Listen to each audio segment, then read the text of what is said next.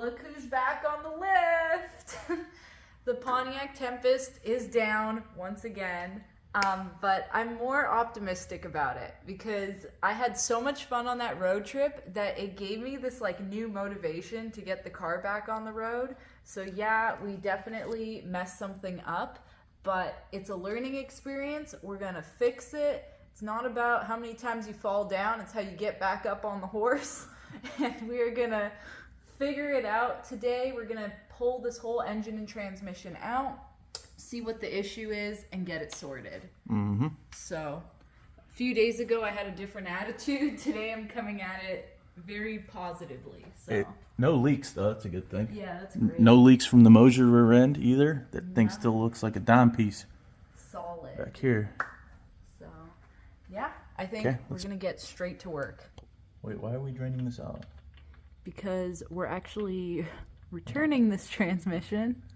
It's just making a really loud whining sound in first and second gear. So luckily, Power Torque is going to warranty it, and we're going to have a new 4L80 here. Mm-hmm. So that'll be nice as well. We get to solve that issue. The color still looks really good. Like it doesn't smell burn or nothing like that. So I hear those planetary gears in these 4L80s are really loud. So we might have just got one that was a little on the louder side, but yeah, since it's under warranty, we're gonna send it back and get something a little quieter, hopefully. Yeah, that was the amazing thing about going with O'Reilly Auto Parts on this deal, is that they actually helped us out get this thing warranted. So pretty nice. That sucks. We have to drain out all this fluid. I know. We could probably reuse it. I know. But we're gonna be here a while, so we'll start the music.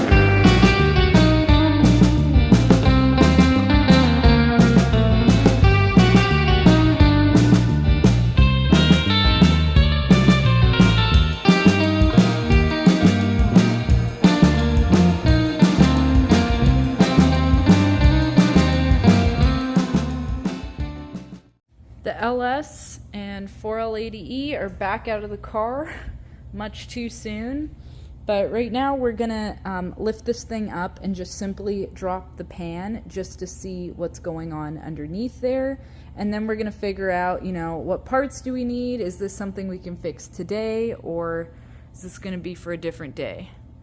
But sell it. Okay, a lot of people in the comments were saying that it could be the flex plate being cracked. Clearly it's not cracked, but we did check for it before we pulled the motor out. I've never had that happen, but it's always a possibility, right? mm-hmm. I was hoping it was this. Yeah. I was really hoping it was, but no, it's got something wrong inside, so we're just gonna put it on the engine stand now. Okay, we decided to do it outside because we just didn't want to make a mess. There's still some water in this thing, and Let it all go into the ditch? yeah. Not on the shop floor. Oops, oops, oops. Oh! Oh! Hang on. Hang on, let me put the camera down. Wait. I got it, it's fine. You got it? Okay, let's see if there's anything in the bottom of the pan.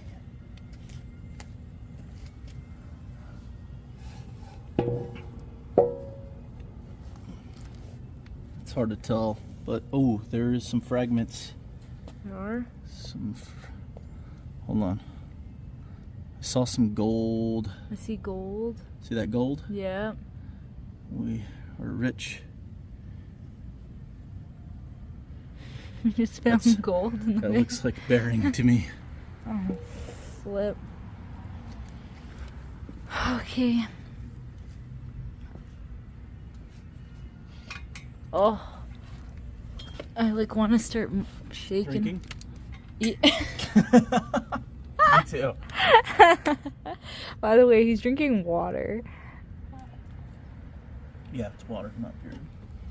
Something's going on, and it's bad. It's bad. Try to catch it all with this. Okay, so we're hey. Yeah, don't spill any. Comes out there. Joe Biden will come after you.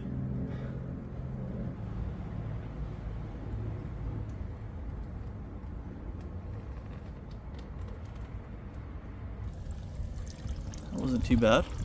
Nope.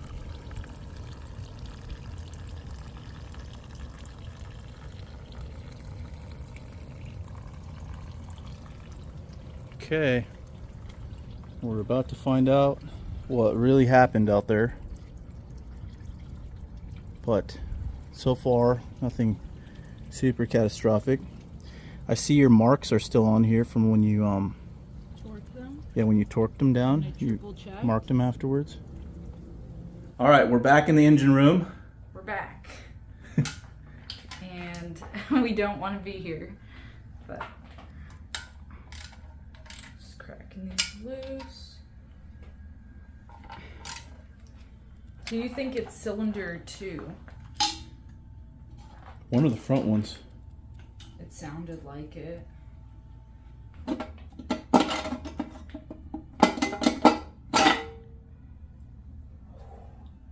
See anything in there?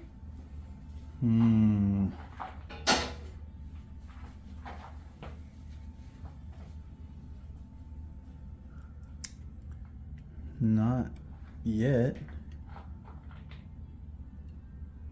The heck could that noise be? We just checked all the rod bearings. We're on the last set right here.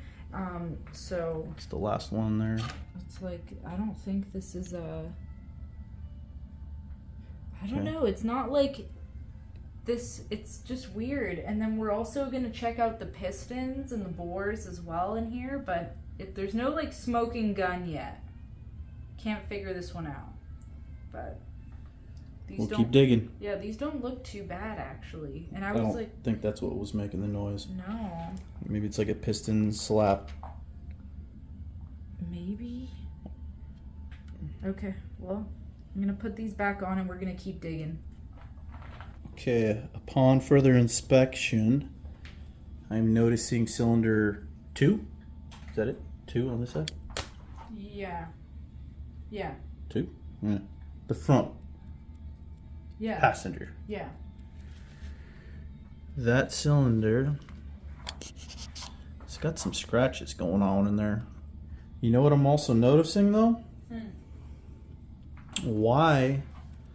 See, it says cylinder 6 right here on this side, and all of these don't have the cylinder numbers on this side. Like, for example, see there's no numbers there on this one? This one here, no numbers. On that side, on your side, Yeah. there's numbers. But how come this one here, like these two are flip-flops? See the number 6? It's like the 6 is supposed to be on that side.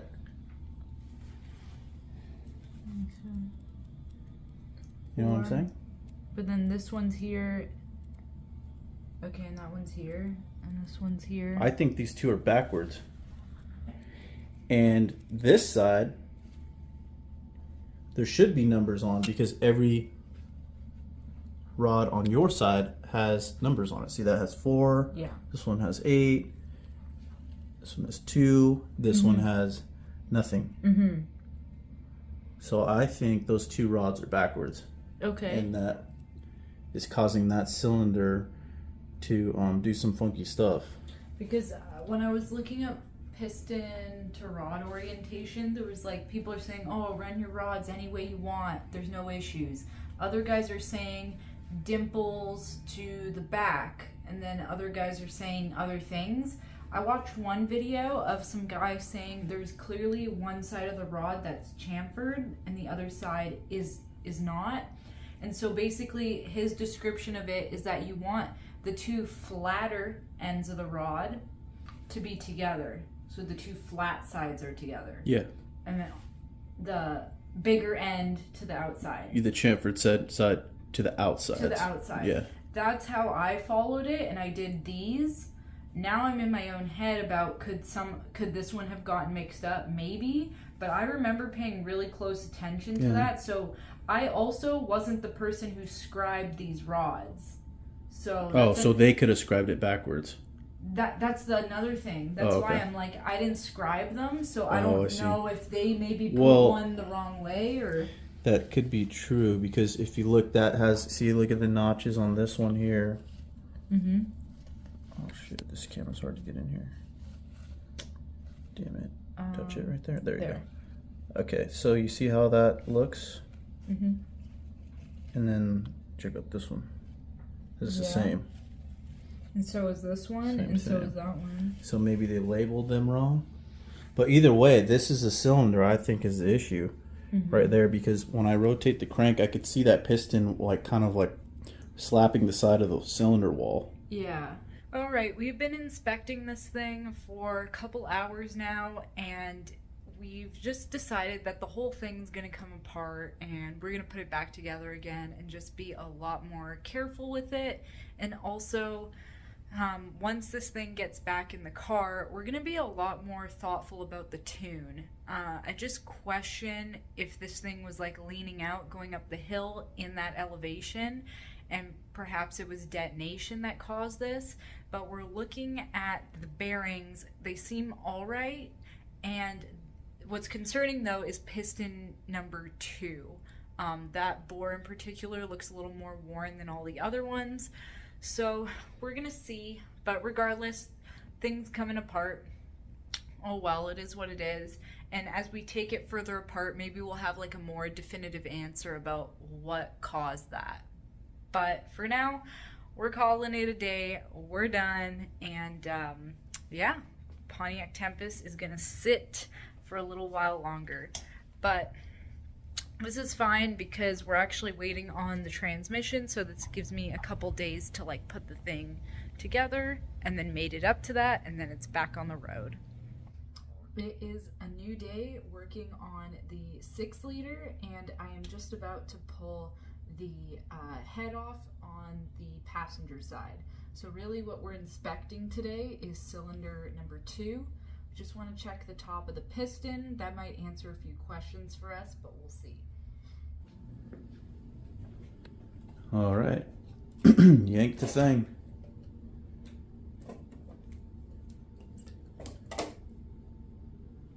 Okay.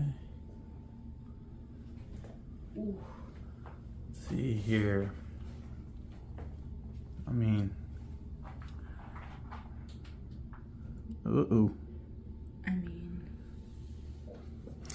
it doesn't look too much different than anything else. We'll rotate it a little bit. Mm-hmm. Here, I'll hold that.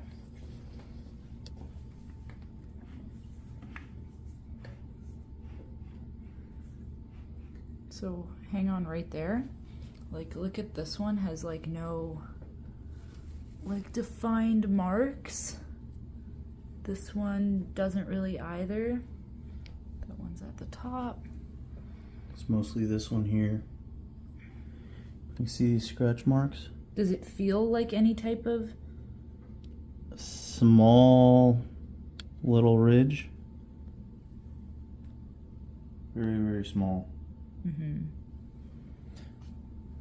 What about the top side? Same kind of ridges on these two lines. Yeah. It's interesting.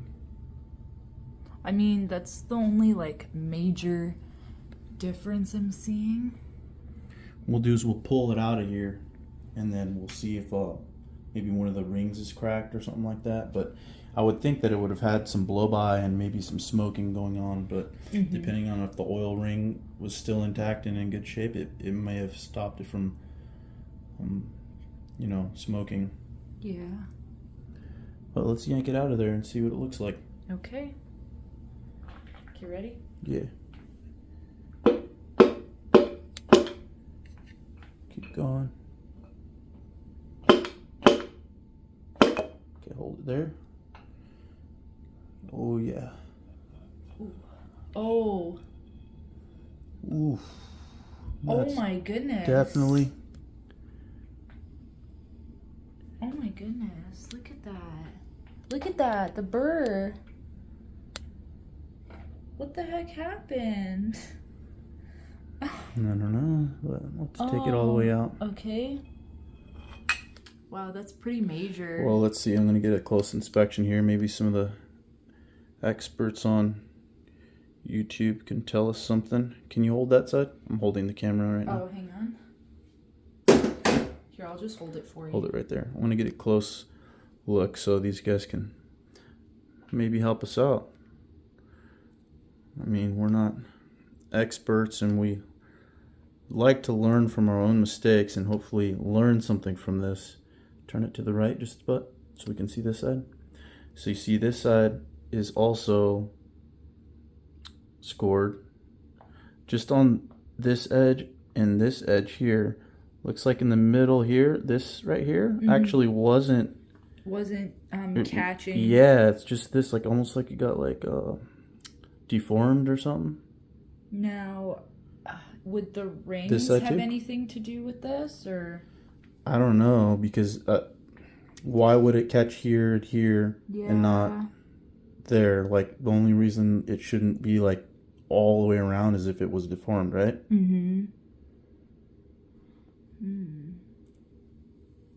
Wow, that's pretty gnarly to see that. Like,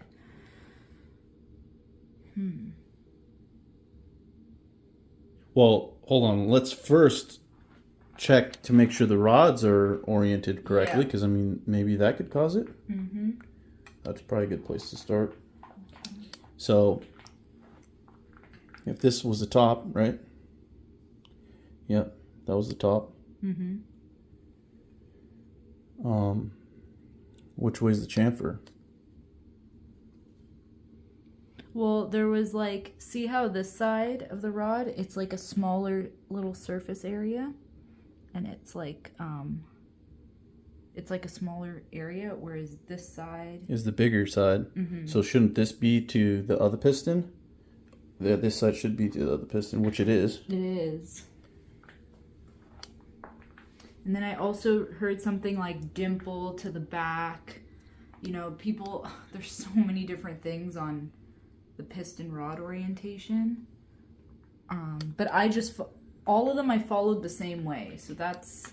Yeah, I kind of let you just do your own research on this, and I didn't even like look into it too much. Each time I build one of these things, I swear I'm always doing the same thing, like the same research we're trying to figure out right now.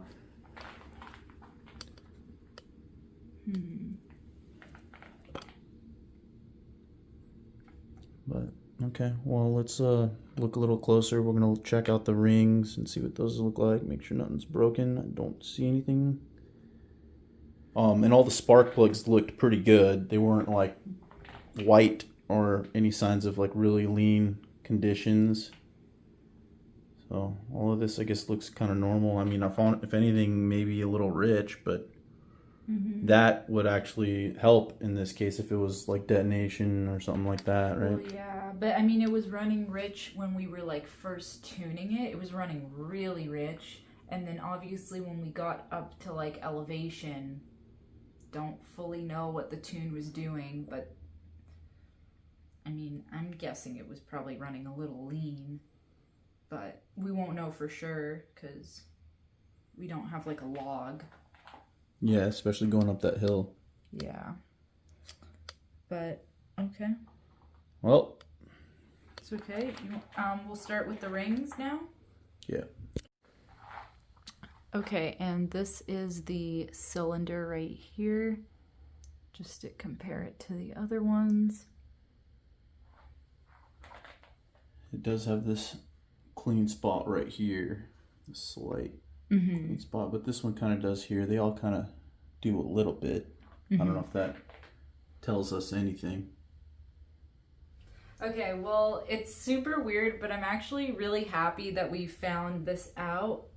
Like I said, there's a number of things it could have been, and we won't know 100% for sure. But what I do know is that this thing is all coming back apart, and I'm going to put it back together. We're going to just carefully inspect everything, make sure every little port and hole is blown out and clean so there's no debris, because there's always a chance that that had happened. But, you know, whatever. I'm excited because I really enjoyed building this engine the first time, so here's an excuse to do it again. It just kind of sucks it had to happen this way. But gonna get another piston on order, new ring set, and then we're gonna assess to see, does this thing really need to be machined, or if we're just gonna hone it.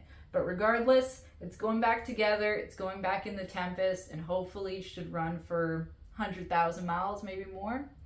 So that's it. That's the issue right here. Glad we figured this out. And yeah, once we have that car back on the road, you guys will be seeing a little redemption road trip. So stick around for that.